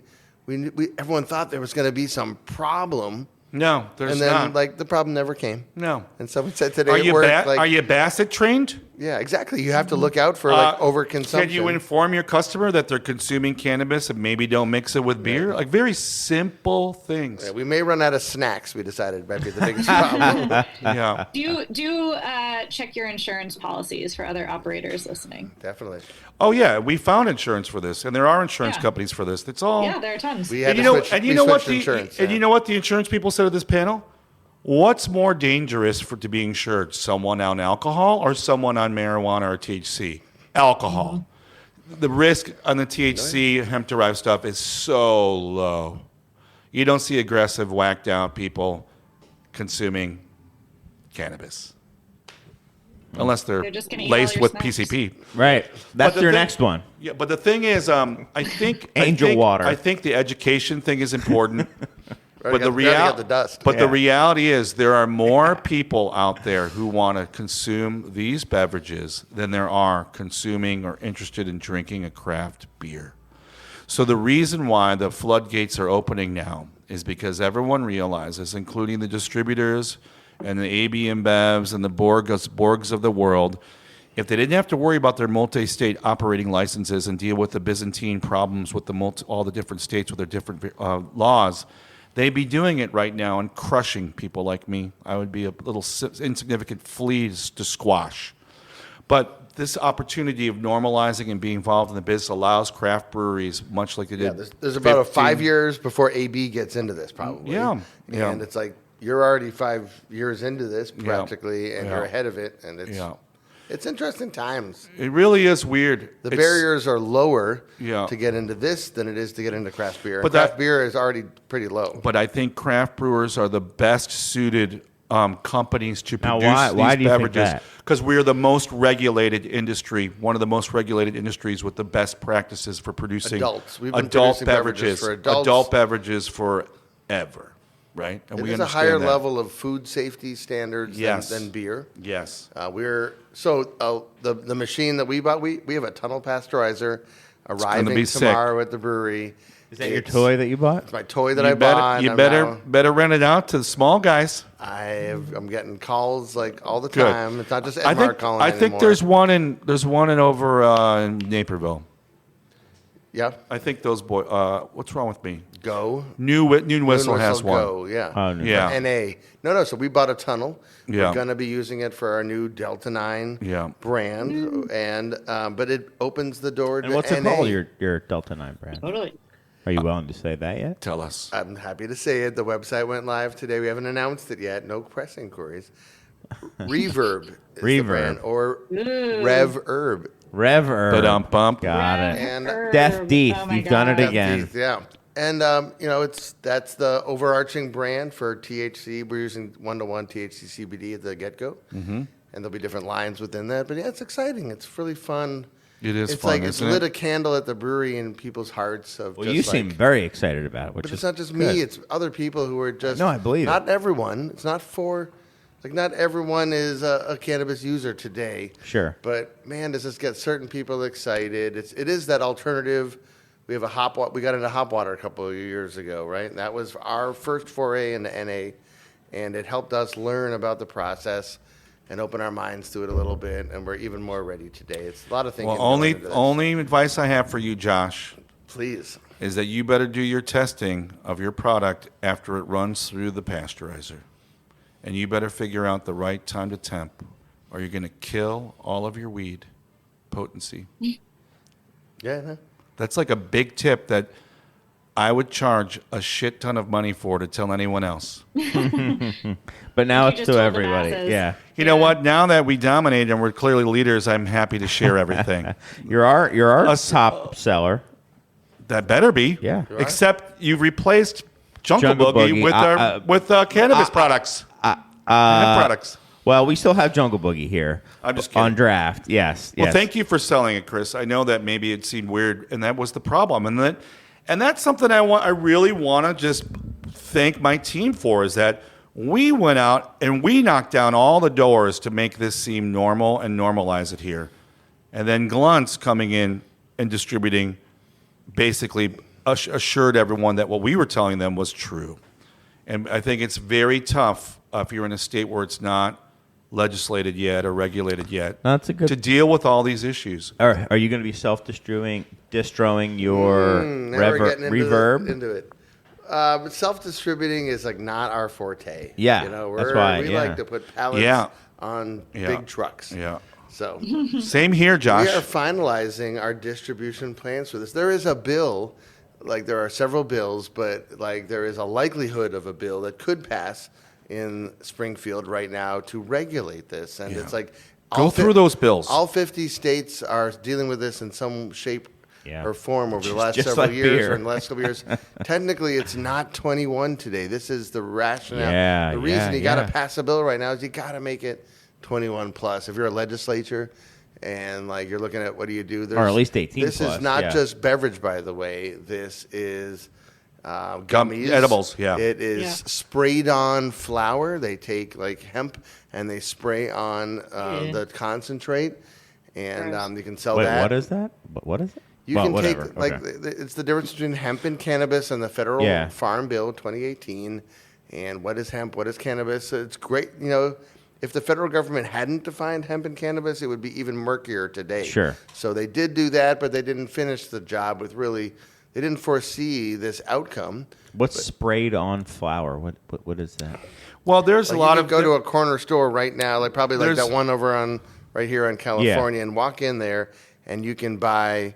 It feels like buying weed on the counter of a non-dispensary. Yeah. And it's hemp-based. Yeah. And so, like, the potency is coming from a concentrate. Yeah. Whoa. Just like in beer, we buy a concentrate, and we call Yeah. it an emulsion. It's water-soluble. But the thing is, I'm more interested in these different laws because the reality has been over the last few years, we've been fighting big cannabis, Yeah. who've been trying to crush this part of the segment of the industry. The Illinois Craft Brewers Guild is doing the best they can to understand what this product is, and duplicating what's been happening in Minnesota, et cetera, is not necessarily the answer. But definitely finding a revenue stream for the state in these dark days of tariffs and the MAGAverse is an important way of providing revenue to the state. Here's what my beer, like one of our beer distributors said, Josh, the toothpaste is out of the tube. Yeah. And it's not going back in on these beverages. No. And That's EdMar great and to hear. Hopewell, like people are, a breath of people are consuming these all over, and it's good. It's a good thing. I will say here.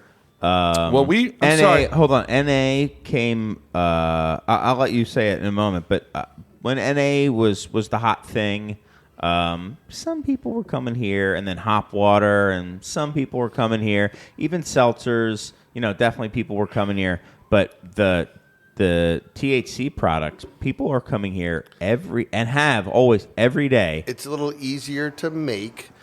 You can make it without No, as much I meant capital. consumers. The consumers. Oh, great. Consumers. Yeah, the consumers. Yeah, the Great. consumers are coming here every day. Yeah. But But hey- they weren't that excited about NA. They weren't that excited about hop water. But Because people don't want to go to a dispensary. They don't. It's alienating. You Yeah. can't actually see the product. It's on a screen. But anyway, what were you going to say, Adam? I really Sorry. forgot. I had a great. I had a Perfect. great idea. But the thing is, Oh. what's really important, I think, for the industry, for the government, for the players who are involved, it'll be a good day when the bigger distributors get involved. We're ready for a big distributor, and we're ready to continue our kind of growth and our kind of like ability to be very nimble and innovate on these products. I think what's going to happen is that they're going to lock down a few different brands. Some of those sucky brands are going to fizz out. And all the brewers in Illinois who've been like finally drinking the Kool-Aid, they can get in, but they ain't going to get in unless they have self-distribution network set up, because no one's going to pick up your product anyways. So when you make these decisions about making the product, unless you have a good relationship with a distributor, you can dabble in it, but it ain't going to do nothing for you. One of the bill could very well outlaw direct-to-consumer sales as well. Tennessee, I think, might have been one of the first states to legalize these, but outlaw direct-to-consumer sales. So it has to go direct-to-consumer from online sales. Correct. Yeah. And California outlawed hemp-derived, right? Yeah. Yeah. But the sad thing, though, when they create these laws in the state, there's so many bad actors out there doing direct-to-consumer. You will have the products delivered to you wherever you want in all 50 states, and no one will know. There's no... What government body exists that's funded to check whether or not you got something direct to consumer? We don't fund government bodies anymore. You know what I mean? Like who's gonna monitor any DTC? So it's all a joke. The shippers themselves is Yeah, but you'll be able to just say it's water. But that It doesn't matter. The prohibition kind of mindset, though, is where let's leave it up to the states, let the states manage it and collect the tax. That is going to come into effect, and it's just going to take time. Yeah. And every state is different. Some states are going to ban it. Some states are going to allow it. Yeah. And it'll true. take off in some places and others. And then at some point, they'll be like, well, just like you drive across to Michigan to Sure. get your weed, and you'll Cannonball Run. You'll come to Illinois maybe to get your beverages, and you'll stock up there because you can't get those in your home state. Yeah, like Cannonball Run, baby. Yeah. I mean, I feel bad because I don't know any awesome online marketing people who are affordable who could help me grow my DTC business. I would love to have a robust DTC business. Some people know how to do it, but I think that with you guys getting involved, it's a sign to everyone in the state that it ain't going away, and it's here to stay. And let's try to make it the best industry that we can together. So thanks, Josh. All right. Thank you, man. You paved the way. All right. I think, was that your final word, Ed? You know what? My final word is this, Chris. What is it? If I'm ever back on this show again, and there's not a delicious pizza on the table by the time we finish, I'm going to just turn these tables over and just flip smash your them. windows. Flip Yeah. the tables. And pick it up and smash the windows. You know what? You're in luck, because starting a week from yesterday, we'll have it 7 days. Not when people are listening, but 5 weeks ago. You started what? Exactly. What's happening? 7 days. 7 days a week. Pizza here. 7 days a week. Incredible. Yes, I yes. cannot wait. Yep. It is one of the best pizzas in the entire country. Essentially. Yeah. It really is. It's Yeah, been it's rated good. as Thank you. it's rated one of the Thank best pizzas in the world. Great. Thank So, you. Yeah. You just for that. As a pizza you'll guy, get some. You'll get some. is there complimentary piece of pizza? Yeah, for that. Yeah, for that. I'll say it again the next time I'm on. Okay, good. Okay, great. Then you'll get it'll keep rolling Is there forward. a URL I should pimp next time? Yeah, craftbeertemple.com. You can order it then. Okay, cool. Yeah. Thank you, Ed. Josh or Kate, anything you would like to say before we get out of here? Send some pizza to Kate. Well, I'll be back in Chicago. that's right. In, a couple weeks from this going live, and I am thrilled to be back in a city that I have so much affection for, and that I think of all the time so fondly, and I miss the food like hell. So I can't wait to be back. Yeah. Hey, Kate, we really lost an incredible person when you moved away. I haven't died. I know, but it's like you actually cared. There aren't a lot of people who care living here, who do your work. And we're really thankful for everything amen. you've done. You've been like a My gosh, sane, stop. equal voice in the world of beer and craft and all beverages, really. And I'm just so glad that we got to know you here and that we still are able to keep in touch. So keep up the good work. When you come to town, please, let us know. And it'd be great to just bump into you. Or at least yeah. eat pizza after the run. Yes. Heck yeah. And get a love runner's that. high. Exactly. And Josh. What are your closing thoughts here? Yeah, Is that you're what the we last want? one. Yeah, sorry. Closing thoughts. You don't have to have any. It's okay. Oh man, we've been hitting it hard. I'm drawing a blank. I know. Yeah. It's okay. It's all right. Closing Thank you for thoughts. coming. Thank you for coming on. Thanks, Chris. Thanks to EdMar. Thanks to Josh and to Kate for coming on. And, next week I'm solo again, but this was a nice practice run. But then after that, Mike will be back. He's going to... Well, this show's not even going to be put up. It was the practice show for next week. Yeah, this will be a lost episode. None of this has ever seen the light of day. Awesome. Yeah, so with that said, I guess it really doesn't matter how we end this, so I guess I'll just go like that. All right.